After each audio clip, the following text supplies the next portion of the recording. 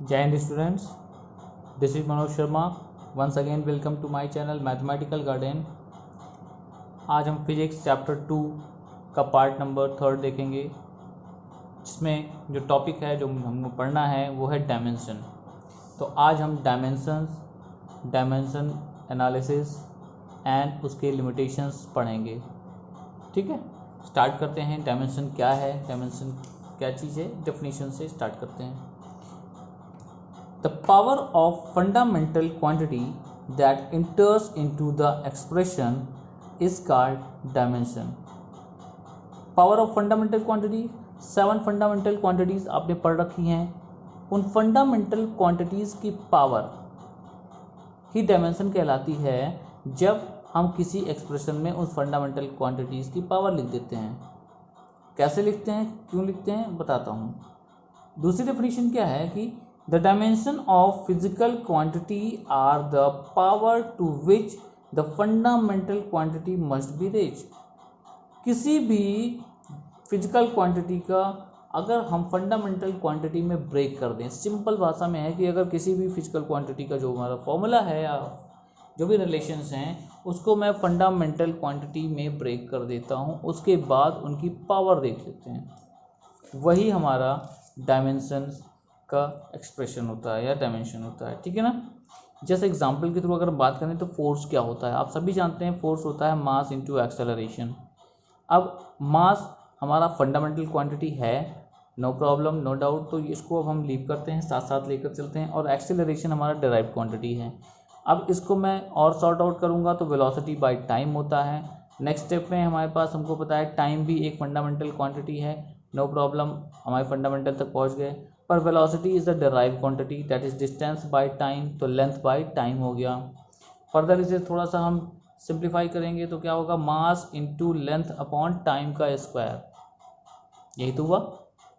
अब मास भी fundamental quantity है, लेंथ भी फंडामेंटल क्वांटिटी है एंड टाइम भी फंडामेंटल क्वांटिटी है। अब हम इनकी पावर्स देख लेते हैं। तो मास की पावर 1 है, लेंथ की पावर 1 है और टाइम की पावर -2 है, क्योंकि ये डिनोमिनेटर में था। तो डायमेंशन ऑफ फोर्स क्या बना, 1 इन मास, 1 in length and -2 in time, ये डायमेंशन हुआ।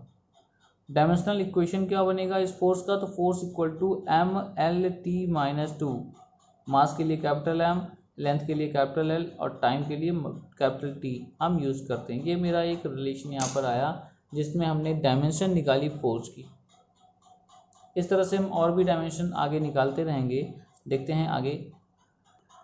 ये हैं हमारे 7 फंडामेंटल फिजिकल क्वांटिटीज़ जिनकी डायमेंशन हमने लिख रखी है। मास के लिए हम इंडिकेट करते हैं स्क्वायर ब्रैकेट के अंदर m, लेंथ के लिए स्क्वायर ब्रैकेट के अंदर l, टाइम के लिए कैपिटल T, टेम्परेचर के लिए K, क्योंकि हम जानते हैं इसकी यूनिट केल्विन में होता है, करंट के लिए एम्पियर, ठीक है ना, होता है हमारा यूनिट, तो हम A से इंडिकेट करते हैं डायमेंशन।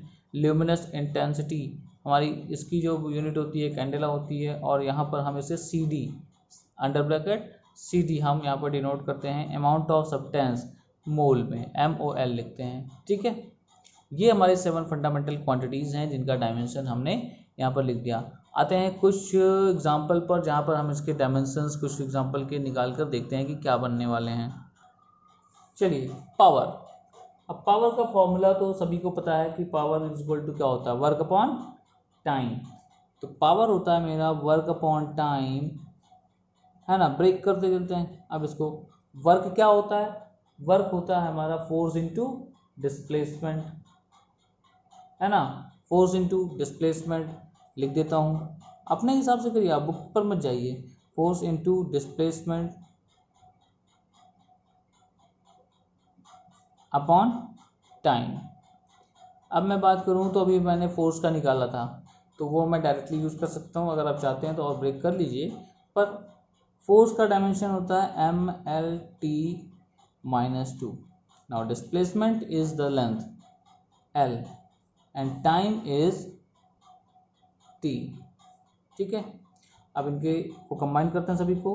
M सिंपली एक बार है, L यहाँ भी है, L यहाँ भी है, L स्क्वायर, T यहाँ भी है, T यहाँ भी है, तो T अब ये ऊपर जाएगा तो माइनस में -3। तो हमारा डायमेंशन क्या बना यहाँ पर, ML स्क्वायर T-3। आप देख रहे हैं ये हमारा पावर का डायमेंशन है, ml² t-3। एक और एग्जाम्पल कर लेते हैं हम यहाँ पर तुरंत। स्ट्रेस, स्ट्रेस क्या है? स्ट्रेस होता है फोर्स बाय एरिया, ठीक है। स्ट्रेस हमारा होता है फोर्स बाय एरिया, और हम इसको आगे फर्दर ब्रेक कर सकते हैं। तो क्या होगा, फोर्स का डायमेंशन देखें mlt-2, और एरिया क्या होता है? Length into length, right.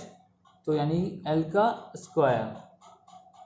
इसको हम सॉल्व करेंगे फर्दर, क्या होगा, m l यहाँ पर एक बार है, यहाँ पर दो बार है, तो -1 बचेगा, और यहाँ पर t-2। देख रहे हैं आप, m l-1 t-2, this is the dimension of stress. ऐसी बहुत सारी क्वांटिटीज़ हमको मिल जाती हैं जो कभी कभी ऐसे दिखती हैं कि वो डायमेंशन लेस होती हैं। तो उसके लिए हम एग्जांपल लेते हैं, लाइक एंगल।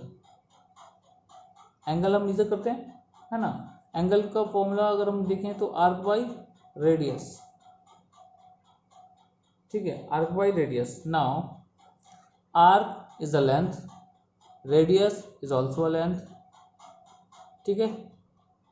और यहाँ पर दोनों कट करके आया 1 आया। अब 1 का मतलब क्या है, ना ही इसमें m है तो 0, ना ही इसमें l है तो 0, और ना ही इसमें टाइम है 0। और भी ये तो हमारे बेसिक हैं, मास, लेंथ, टाइम, कुछ नहीं है, 0। तो अब इस क्वांटिटी को हम क्या लिखेंगे, डायमेंशन लेस, ठीक है। इस तरह से हम अलग अलग जो भी हमारे पास फॉर्मूले हैं उनका हम डायमेंशन निकाल सकते हैं। आप भी ट्राई करिएगा घर पर। Now application of dimensional analysis. ये जो हम डायमेंशनल एनालिसिस पढ़ रहे हैं ये कहाँ यूज होते हैं, कहाँ एप्लीकेबल हैं? The method of studying a physical phenomenon on the basis of dimensions is called dimensional analysis. ये जो फिजिकल फिनोमिना हमारे आसपास होते रहते हैं इनका स्टडी करना डायमेंशन के बेसिस पर कहलाता है डायमेंशनल एनालिसिस। और यहाँ पर 3 मेन यूज हैं, यानी 3 मेन यूजेस हमारे पास हैं डायमेंशनल के या डायमेंशनल एनालिसिस के। To convert a physical quantity from one system of units to another. एक सिस्टम ऑफ यूनिट से दूसरे सिस्टम ऑफ यूनिट में कन्वर्जन करते हैं तब भी हमारी डायमेंशनल एनालिसिस यूज़ होती है। यानी कि जैसे अगर हम फोर्स की जो इकाई यूनिट है वो न्यूटन है और सीजीएस में वो डाइन है, तो फोर्स का न्यूटन से डाइन में कन्वर्ट करेंगे तो हमारे पास यहाँ डायमेंशनल एनालिसिस बहुत यूज़फुल है। ऐसे अदर भी फिजिकल क्वांटिटीज़ के लिए। सेकेंड है to check the correctness of given physical relation. ये भी हम देख सकते हैं कि how much correct our relation is, ठीक है ना, कितना करेक्ट है। तो चेक करने के लिए भी हमारे पास डायमेंशनल एनालिसिस होनी चाहिए। To derive a relationship between different physical quantities. हमने पढ़ा force is equal to what, mass into acceleration. तो ये जो हमारा मास इनटू एक्सेलरेशन आया, क्या वो वाकई में फोर्स के बराबर होता है, अमाउंट के बराबर होता है? तो ये सारी चीज़ें कहाँ से मिलती हैं, डायमेंशनल एनालिसिस से वो रिलेशनशिप भी बनते हैं। डिफरेंट फिजिकल क्वांटिटीज़ के बीच में क्या रिलेशन है वो इसी से मिलता है। Conversion of one system of unit to another.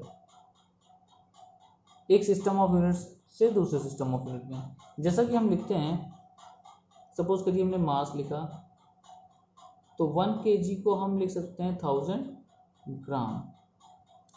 यहाँ पर न्यूमेरिकल वैल्यू तो अलग अलग है, उसके साथ यूनिट भी अलग अलग है, पर ओवरऑल जो कह सकते हैं मैग्नीट्यूड है वो दोनों सेम है, वो दोनों सेम है, क्योंकि 1 kg भी वही मीनिंग रखता है जो 1000 ग्राम रखता है, ठीक है ना।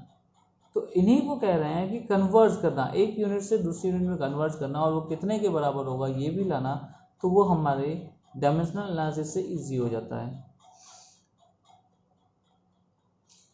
If u1 and u2 are the units, यानी कि ये u1 है और ये U2 है, are the unit of measurement of physical quantity Q something mass जो मैंने क्वांटिटी कहा, and N1 N2 are the corresponding numerical value. यहाँ पर इसके रिस्पेक्ट में N1 की वैल्यू 1 है, यहाँ पर N2 की वैल्यू 1000 है, तो उसके करस्पॉन्डिंग जो न्यूमेरिकल वैल्यूज़ हैं। अब इस केस में ये कह रहा है कि जो क्वांटिटी हम मेजर करेंगे N1 U1 is always equal to N2 U2, जब क्वांटिटी कांस्टेंट हो, यानी कि क्वांटिटी उतने की बात कर रहे हैं, जो भी यूनिट में कन्वर्ट करेंगे ओवरऑल मीनिंग उसकी सेम होगी, लाइक दिस। क्लियर? आगे आते हैं। चलिए एक एग्जांपल हम यहाँ पर सॉल्व कर ही लेते हैं। कन्वर्ट 1 जूल इनटू अर्ग, ठीक है। अब जूल को मुझे अर्ग में कन्वर्ट करना है कि 1 जूल कितने अर्ग के बराबर होते हैं। सो स्टार्ट करते हैं। जूल हमारा क्या है? एसआई यूनिट, और अर्ग हमारा सीजीएस यूनिट होता है, ठीक है। जूल एसआई यूनिट होता है, अर्ग हमारा सीजीएस यूनिट होता है। सो क्या करेंगे, स्टार्ट करते हैं यहाँ से। Dimensional formula, dimensional formula of energy, ठीक है। एनर्जी का डायमेंशनल फॉर्मूला क्या होता है? ml2 t-2, ये। अब यहाँ पर हम देखें तो m के ऊपर जो पावर होता है a से डिनोट करते हैं, यहाँ पर l के ऊपर जो पावर होता है b से, और t के ऊपर जो पावर होता है c से। तो हियर a की वैल्यू क्या है? 1, b की वैल्यू 2, और and c is equal to -2, c की वैल्यू -2 है हमारे पास। अब SI यूनिट में हम देखते हैं क्या क्या चीज़ें हमारे पास हैं। तो हमने कहा मास है ना, 1 kg ग्राम में, क्यों? क्योंकि हमारा जो अर्ग है वो सीजीएस में है, तो हम सीजीएस वाली यूनिट के अकॉर्डिंग लिखना चालू करेंगे कि 1 kg में कितने ग्राम होते हैं, तो 1000 ग्राम। इसी तरह से हम बात करते हैं length, 1 metre is equal to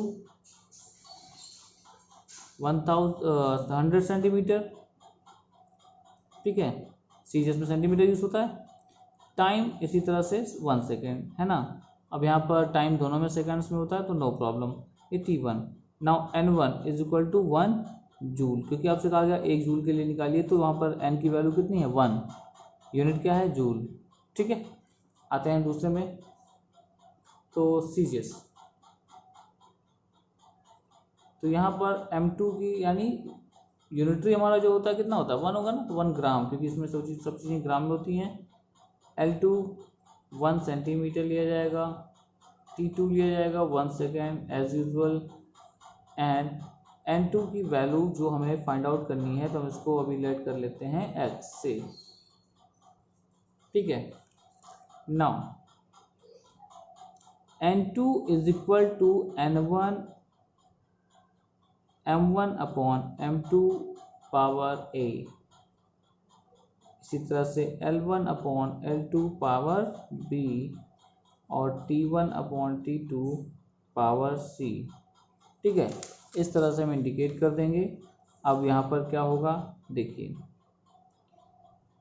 M1 की वैल्यू कितनी है? अगर हम इक्वल करके लिखें तो ग्राम में 1000 हो गया। N1 की वैल्यू यहाँ पर 1 है, A की वैल्यू हमें फाइंड आउट नहीं है, या फिर A की वैल्यू फाइंड आउट है, ये रहा 1, ठीक है। A की वैल्यू हमारे पास कितनी है? 1 है। इसी तरह से L1 की वैल्यू है 100 अपॉन 1, और B की वैल्यू है 2। इसी तरह से टाइम 1 अपॉन 1, C की वैल्यू है -2, ठीक है। अब इनको हम सॉल्व करेंगे, तो 1000 अपॉन 1 यानी कि सीधा 1000, तो 1 इंटू 1000 इंटू 10,000 एंड इंटू 1, क्योंकि यहाँ 1 आने वाला है, और हम अपोजिट करेंगे, इन्वर्स कर लेंगे इसका, तब भी 1 ही होगा। Now the final result is 1 0 0 0 0 0 0 0 1 2 3 4 5 6 7, okay. तो 10 टू यहाँ पर हमारे पास 1 के साथ कितने जीरोज हैं? 7, यानी कि ये जो हमने 1 जूल लिया था, N2 की वैल्यू आप देखिए, N2 हमें जो फाइंड आउट करना था, ठीक है ना, तो 1 जूल किसके बराबर हो रहा है, N2 की वैल्यू देखिए कितना आ रही है अप्रॉक्सीमेटली या इक्वल टू 10⁷ डाइन नहीं सॉरी अर्ग, हमने जूल लिया था, ये हो गया 10⁷ अर्ग, ये रहा। इस मेथड से हम यहाँ पर एक यूनिट से दूसरी यूनिट में रिलेशन निकाल सकते हैं कि कितने के चेंजेस आएंगे। आप और भी हमारे पास क्वेश्चंस हैं बुक में, ट्राई करिए उसको, और कहीं प्रॉब्लम आती है तो कांटेक्ट करिए। Our next topic is deducing relations among the physical quantities। Different relations हमें निकालने हैं, यानी कि जो हम फॉर्मूला जानते हैं वो कैसे बनकर आते हैं उसके बारे में। तो यहाँ पर मैंने एक एग्जांपल लिया है, इस टॉपिक को समझने के लिए एग्जांपल वाइज समझते हैं। Derive expression for centripetal force. तो सेंट्रीपिटल फोर्स के लिए हमें क्या करना है, एक एक्सप्रेशन डिराइव करना है, ठीक है ना। तो स्टार्ट करते हैं। फोर्स के बारे में बात करें तो force acting on a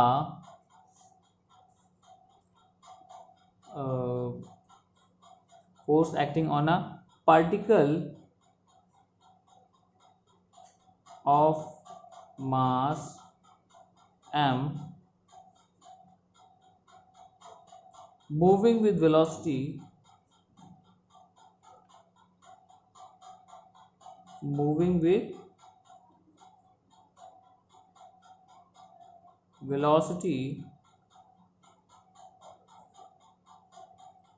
v in a circle of radius r। आप जानते हैं सेंट्रीपिटल फोर्स क्या होता है।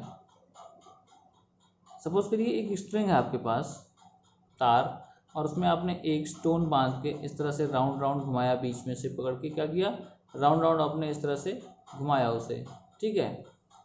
तो उसमें जो इनसाइड यानी टूवर्ड्स द सेंटर जो हमारा फोर्स लगता है उसे कहते हैं सेंट्रीपिटल फोर्स। तो यहाँ पर कहा गया कि force acting on a particle of mass m, एक मास m का पार्टिकल है हमारा जो कि मूव कर रहा है v वेलोसिटी से in a circle of radius r, उस पर जो फोर्स लग रहा है उसकी बात कर रहे हैं। तो let force is proportional to m यानी mass with power a, v यानी velocity with power b and r radius with power c।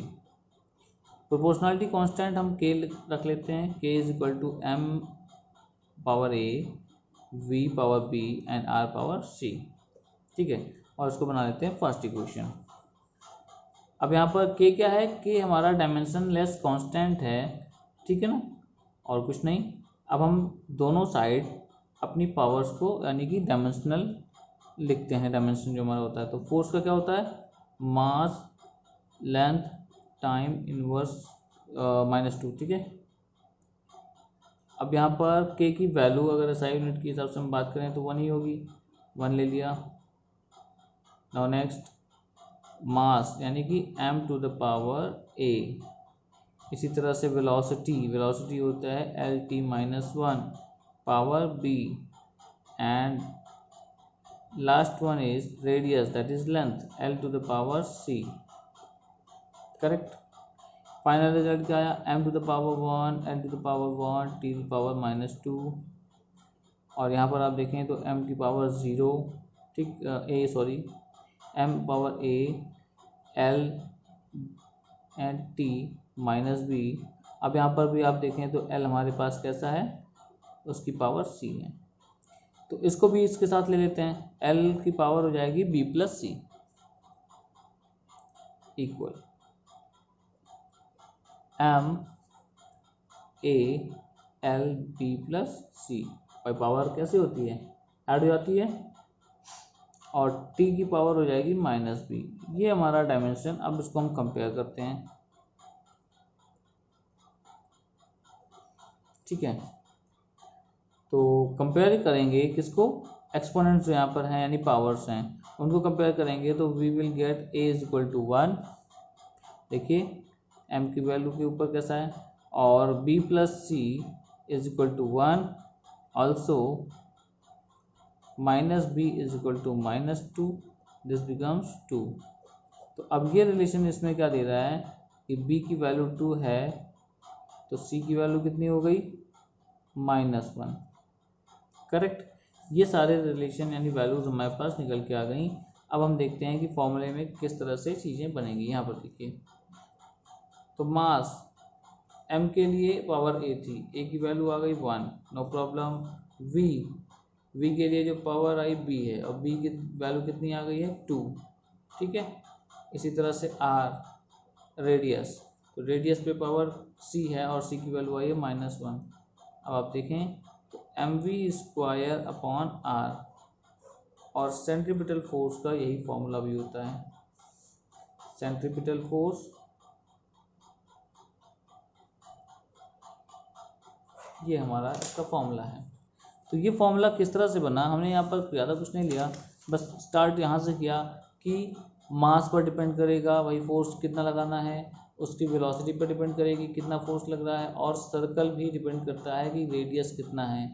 इन्हीं तीनों बातों को मैंने लेकर यहाँ पर सॉल्व किया और हमारा सेंट्रीपिटल फोर्स का फॉर्मूला आया बाय द डायमेंशन। करेक्ट। अब यहाँ पर बहुत सारे यूजर्स हमने देख लिए किस तरह से कन्वर्ट हो रहे हैं, ये भी देख लिया। लिमिटेशंस क्या है डायमेंशनल एनालिसिस की, तो इस डायमेंशनल एनालिसिस की जो लास्ट टॉपिक हमारा है वो यही है कि लिमिटेशंस क्या हैं। तो बात करते हैं पॉइंट वाइज, 5 पॉइंट्स हमने यहाँ पर लिखे हुए हैं। The method does not give any information about the dimensionless constant के। जो कांस्टेंट के हम देते हैं यहाँ पर या लिखते हैं, अभी हमारे पास प्रोपोर्शनलिटी कांस्टेंट आता है तो वो डायमेंशनलेस होता है पहली बात, और उसके लिए हमारा ये डायमेंशनल एनालिसिस कोई भी इंफॉर्मेशन नहीं देता कि उसकी वैल्यू क्या होगी, वो कहाँ से आया, ठीक है। इसी तरह से second, it fails when physical quantity depends on more than 3 physical quantities. Suppose करिए कि हम किसी के फॉर्मूले को के लिए लिख रहे हैं और वहाँ पर 3 फिजिकल क्वांटिटी के अलावा भी हैं, तो समटाइम्स वो फेल हो जाता है। वहाँ पर इस डायमेंशनल एनालिसिस के थ्रू हम उसे सॉल्व नहीं कर सकते कि वैल्यू क्या होगी, किस तरह से डिपेंडेंसी होगी। It fails when a physical quantity like s is equal to ut plus half et। यहाँ पर आप देख रहे हैं दो फंक्शंस या दो यहाँ पर दो टर्म हैं विद प्लस और माइनस साइन से जुड़े हुए हैं, है ना, यहाँ पर प्लस से जुड़ा हुआ है। तो ये क्या है, जो डायमेंशनल एनालिसिस है वो फेल हो जाती है कब, जब 2 और मोर क्वांटिटीज सम और डिफरेंस से जुड़े हुए होते हैं तब। यानी कि it fails when a physical quantity is sum और डिफरेंस ऑफ 2 और मोर क्वांटिटीज। सम और डिफरेंस में अगर आया तो मोस्टली डायमेंशनल एनालिसिस फेल हो जाती है। It fails to drive relationship which involve trigonometric, logarithmic and exponential function. यानी ट्रिग्नोमेट्रिक फंक्शंस अगर हैं हमारे किसी रिलेशन में लॉग है, एक्सपोनेंशियल फंक्शन है, तो ऐसे में डायमेंशनल एनालिसिस किसी काम की नहीं। Last point, sometimes it is difficult to identify the factors on which physical quantity depends. कभी कभी ऐसा होता है कि किन किन फैक्टर्स पर, जैसा अभी मैंने यहाँ पर लिया कि फोर्स कहाँ डिपेंड होगा, मास पर होगा, वेलोसिटी पर होगा और रेडियस पे होगा। तो कई बार ऐसी कंडीशंस भी आती हैं जहाँ पर हमारा फिजिकल क्वांटिटी किस फैक्टर्स पर डिपेंड कर रहा है ये आइडेंटिफाई करना ही मुश्किल हो जाता है। तो ये 5 लिमिटेशंस मैंने यहाँ पर लिखी हैं, आप आराम से इसको बुक से पढ़िए, कहीं प्रॉब्लम आती है तो कॉन्टैक्ट करिए। इतना ही डायमेंशनल एनालिसिस में है। Thank you.